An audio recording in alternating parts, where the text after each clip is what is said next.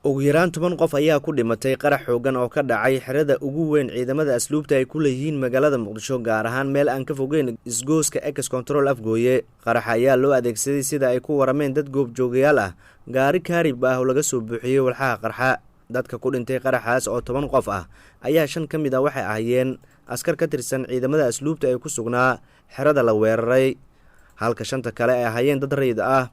balse dadka ku dhaawacmay qaraxaas waxaa tiradooda lagu sheegay in ay ka badan yihiin 10 qof. xilliga gaariga qaraxa la beegsanayay xerada ciidamada asluubta ayaa waxa ay ku jireen ciidamadu u diyaar garowga in xerada ay ku soo bandhigaan gaardis oo si maalinle ah ay halkaasi ugu sameeyaan. dadka dhaawaca iyo dhimashada ka soo gaaray qaraxaas ayaa loo qaaday isbitaalka Madiina ee Muqdisho. gaashaanle sare Cabdiqani Maxamed Qalaf waa afayeenka ciidamada asluubta Soomaaliya, waxa uu isaga oo la hadlayay warbaahinta dawladda sharaxaad ka bixiyay khasaaraha ka dhashay qaraxaas.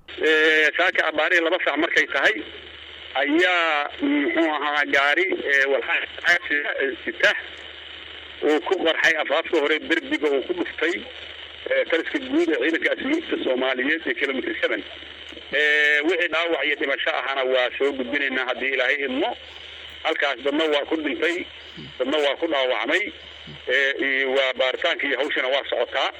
wadada xiriirsan Muqdisho iyo Afgooye ayaa dhawaan waxaa la saaray laami iyadoo inta badan ay isticmaalaan gaadiidka shacabka iyo kuwa dawladda, waxaana wadadaas inta badan ka dhaca qaraxyo u badan miinooyinka la dhigo wadada hareeraheeda, taasi oo dhaawac iyo dhimashaba ay ka soo gaarto dad rayid ah iyo ciidamo dawladeed. maxamed yaxya jino, warbaahinta Nation, Muqdisho.